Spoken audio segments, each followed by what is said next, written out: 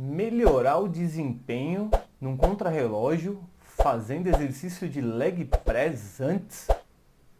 Como pode isso?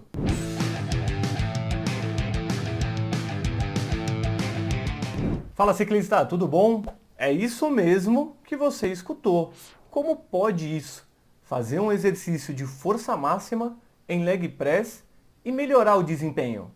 Neste estudo, realizado por Silva e colaboradores, do qual eu tenho o grande prazer de falar que eu participei deste estudo, junto com o pessoal do GEPS, o pessoal também ali de Brasília, nós submetemos os indivíduos a duas condições, sendo uma condição controle e uma condição experimental. Na condição controle, esses indivíduos ficavam em repouso por 10 minutos. Na sequência, eles realizavam um aquecimento de 5 minutos, padrão este aquecimento, e eram lançados de maneira direta no contrarrelógio de 20 km. Na condição experimental, esses ciclistas eles realizavam 4 séries de 5 repetições máximas no leg press. Era dado 10 minutos de repouso para eles, para na sequência eles fazerem o mesmo aquecimento padrão e serem lançados no contrarrelógio de 20 km.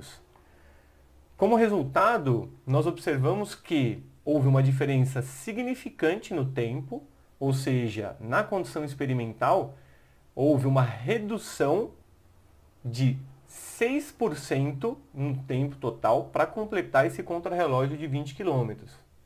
Mas quando a gente olha a potência média, embora aqui haja um pequeno aumento com relação à condição controle, não houve diferença estatisticamente significante. Mas quando a gente observa somente os 2 km iniciais desse contrarrelógio, a potência média ela teve um incremento de 5,8%, sendo aqui que a gente fala um P de 0,06, sendo como uma tendência a ser significante.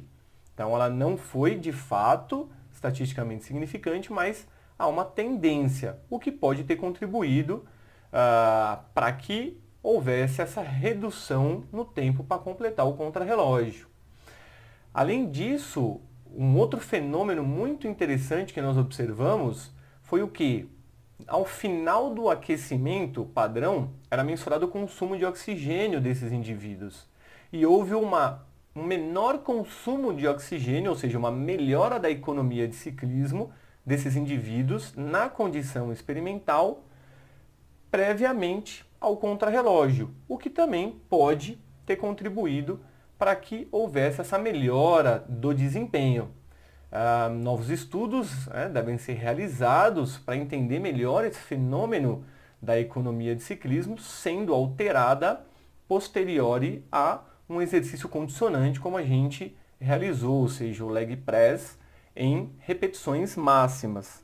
E o que pode ter ocorrido com esses indivíduos para que haja essa melhora do desempenho e esses fenômenos que nós observamos aqui posterior a um exercício de força máxima?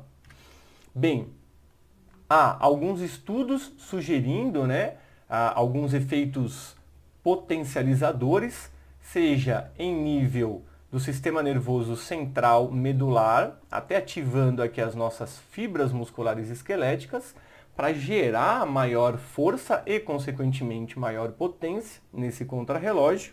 A melhora também em algumas funções moleculares aqui da nossa fibra muscular, fazendo com que haja uma interação muito mais forte entre os filamentos aqui de actina e miosina, gerando maior força e, consequente, maior potência. Então, isso daqui seria nada mais, nada menos do que essas nossas fibras musculares sendo olhadas diante de uma lupa. Bem, aqui a gente finaliza a nossa parte, a nossa série falando sobre aquecimento. E eu espero vocês no próximo vídeo, pessoal. Muito obrigado!